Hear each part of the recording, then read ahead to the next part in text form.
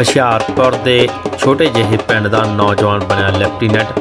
ਪਿੰਡ ਵਿੱਚ ਖੁਸ਼ੀ ਦਾ ਮਾਹੌਲ।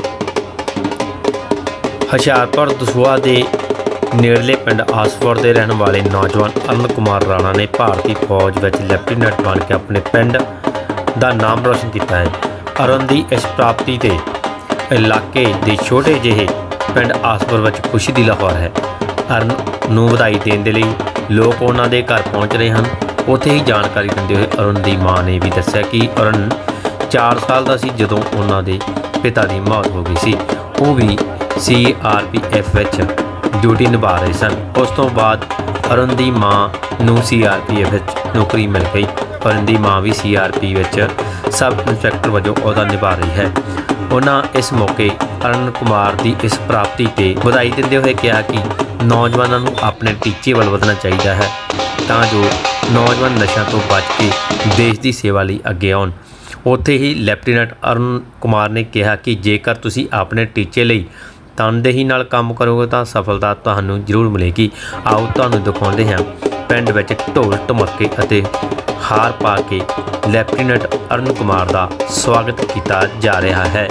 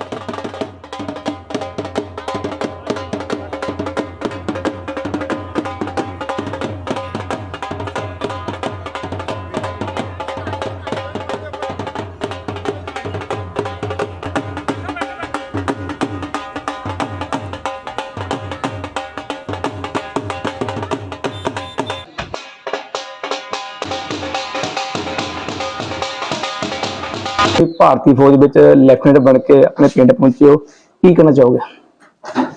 बस यही कहना चाहूँगा, एक गर्व का विषय है मेरे लिए, मेरे परिवार के लिए, मेरे पिंड के लिए कि मैं भारतीय सेना में एज अफसर के रूप में चुना गया हूँ। और ये मेरे लिए, मेरे परिवार के लिए और मेरे गांव के लिए बहुत एक सम्मान की बात है। आर्मी तुसी कदों भर्ती हुई थी? भारतीय सेना में मेरी 3 अक्टूबर 2023 को मेरी ज्वाइनिंग हुई थी। फिर हमारा 1 साल की कड़ी ट्रेनिंग के बाद 7 सितंबर 2024 को मैं लेफ्टिनेंट के रूप में चुना गया। लेफ्टिनेंट के रूप में भर्ती होकर भारतीय सेना में आया हूँ। इस मुकाम पर तुहानू कितनी मेहनत करनी पड़ी? हाँ, इसके लिए मेहनत करनी पड़ी, फिर शारीरिक तौर पे भी, मानसिक तौर पे भी। इसमें मेरे परिवार ने, मेरे दोस्तों ने बहुत ज़्यादा सहयोग दिया। गांव का भी एक बहुत आवश्यक रोल रहता है, क्योंकि एक प्रक्रिया होती है HSB, उसमें अगर आप जाओगे तो उसमें जब आप इंटरव्यू में बैठते हो तो उसमें एक चीज सबसे मेन होती है कि आप कहाँ से आते हो। वो आपको ज्यादा निर्भर करता है कि आपका बैकग्राउंड क्या है। तो जहाँ से आप आते हो सबसे पहले आपकी स्कूलिंग वहीं से चालू होती है, उनसे आप सीखते हो और वही आपके व्यवहार में, आपके आचरण में वो बात डलती है और फिर आप वही आगे जाके चीज दिखाते हो। तो परिवार का कितना सहयोग रहा तुहाडे इस कामयाबी मगर? परिवार का बहुत ज्यादा रहा है, चाहे मेरे चाचा जी हो, मामा जी हो, मेरी नानी जी हो, मेरी माता जी हो एंड मेरे ताऊ जी, ताई जी, जो मेरे सिबलिंग्स हैं उनका बहुत बड़ा सहयोग रहा है। मेरे दोस्तों का बहुत बड़ा सहयोग रहा है, उनसे मुझे बहुत सीखने को मिला।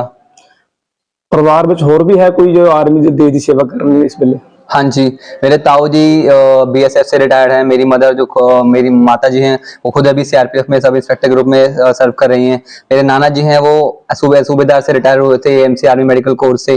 और मेरे पिताजी हैं वो भी CRPF में सेवा दे चुके हैं। तो ऐसे मेरी परिवार में अलग अलग लोग भारतीय सेना में और भारत के लिए सर्व कर रहे हैं। जो नौजवान इस वेले नशे वाल जा रहे हैं उन्होंने नौजवानों को मैसेज देना चाहोगे तुम? उन नौजवानों को बस यही कहना चाहूंगा कि जैसे संयुक्त राष्ट्र में भी कहा है कि हमारे देश की सबसे ज्यादा जो युवा आबादी है वो हमारे देश की है। तो जो युवा होता है उसके अंदर बहुत ज्यादा एनर्जी होती है। अगर अपनी ऊर्जा है वो सही दिशा में लगाए तो वो क्या कुछ नहीं कर सकता। नशे में पड़ना एक बहुत गलत चीज है, जिससे आप नहीं, आपका परिवार, जो आपका समाज है आसपास का, वो सबसे ज्यादा इससे प्रभावित होता है। तो मुझे लगता है उसमें ना पड़े, जो आपकी ऊर्जा है उसको सही दिशा में लगाएं, देश के लिए लगाएं, अपने गांव के लिए लगाएं, अपने लिए लगाएं, अपने परिवार के लिए लगाएं। तो इससे क्या होगा, आपका परिवार भी बढ़ेगा, आपका जो समाज है जिस परिवार के आप रहते हो वो भी आगे बढ़ेगा, और आपका देश तो आगे बढ़ेगा ही बढ़ेगा। मैडम ਤੁਹਾਡਾ बेटा भारतीय फौज ਵਿੱਚ ਲੈਫਟੀਨੈਂਟ ਬਣਿਆ, ਕਿੰਨਾ ਮਾਣ ਮਹਿਸੂਸ ਹੋ ਰਿਹਾ?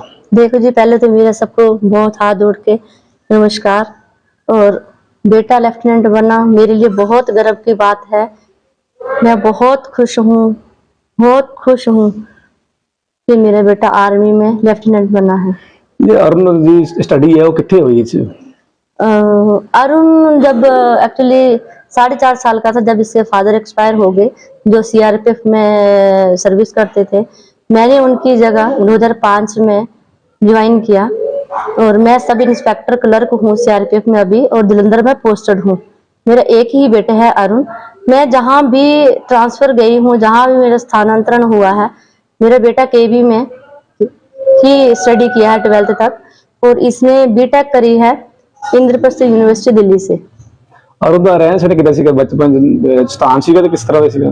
हाँ, शरारती था, पर मैंने जो टाइम दे दिया कि अगर 7 बजे खेल के आना है तो 7 बजे आना है, मतलब टाइम का बहुत पंचुअल स्टार्टिंग से ही है। और मुझे कभी बार बार इसे उठाना नहीं पड़ा, मैं एक आवाज देना और ये उसी टाइम उठ के पढ़ने के लिए बैठना। इसने मुझे कभी परेशान नहीं किया, शुरू से पढ़ाई के लिए तो बड़ा सीरियस रहा है ये।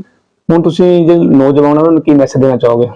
बस हम यही कहना चाहते हैं कि बच्चे जो नशों में पढ़ रहे हैं उन नशों से दूर रहें, अपनी स्टडी पे ध्यान दें, अपने पेरेंट्स के कहने पे चलें और बस अपनी स्टडी पे ध्यान फोकस करें।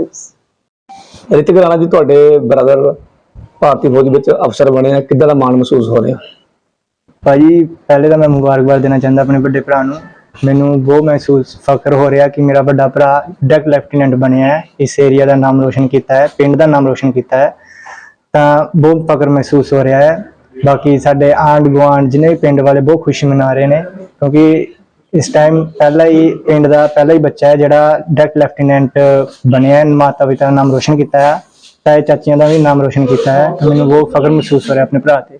ਤੁਸੀਂ ਖੁਦ ਆਰਮੀ ਚ ਹੋ, ਤੁਹਾਨੂੰ ਪਤਾ ਹੈ ਇਸ ਮੁਕਾਮ ਤੇ ਪਹੁੰਚਣ ਵਾਸਤੇ ਬਹੁਤ ਮਿਹਨਤ ਕਰਨੀ ਪੈਂਦੀ ਹੈ, ਇਹਦੇ ਬਾਰੇ ਕੀ ਕਹਿਣਾ ਚਾਹੋਗੇ? ਭਾਈ ਬਹੁਤ ਮਿਹਨਤ ਕਰਨੀ ਪੈਂਦੀ ਹੈ, ਮੈਂ ਤਾਂ ਬਹੁਤ ਕੀਤੀ, ਬਟ ਚਲੋ ਰੱਬ ਨੇ ਸਾਥ ਨਹੀਂ ਦਿੱਤਾ। ਚਲੋ ਸਾਡੇ ਭਰਾ ਦਾ ਸਾਥ ਦਿੱਤਾ ਰੱਬ ਨੇ। ਆਪਾਂ ਫਖਰ ਮਹਿਸੂਸ ਕਰੇ, ਇੱਕ ਬੰਦਾ ਦਾ ਬਣਿਆ ਸਾਡੇ ਵਿੱਚ, ਸਾਡੇ ਭਰਾਵਾਂ 'ਚ 3 ਭਰਾ ਆ, ਆਪਾਂ 3 ਭਰਾਵਾਂ 'ਚ ਸਾਡਾ ਵੱਡਾ ਭਰਾ ਤਾਂ ਬਣਿਆ, ਚਲੋ ਛੋਟਾ ਭਰਾ ਵੀ ਬਣੇਗਾ ਹੁਣ ਅੱਗੇ ਨੂੰ।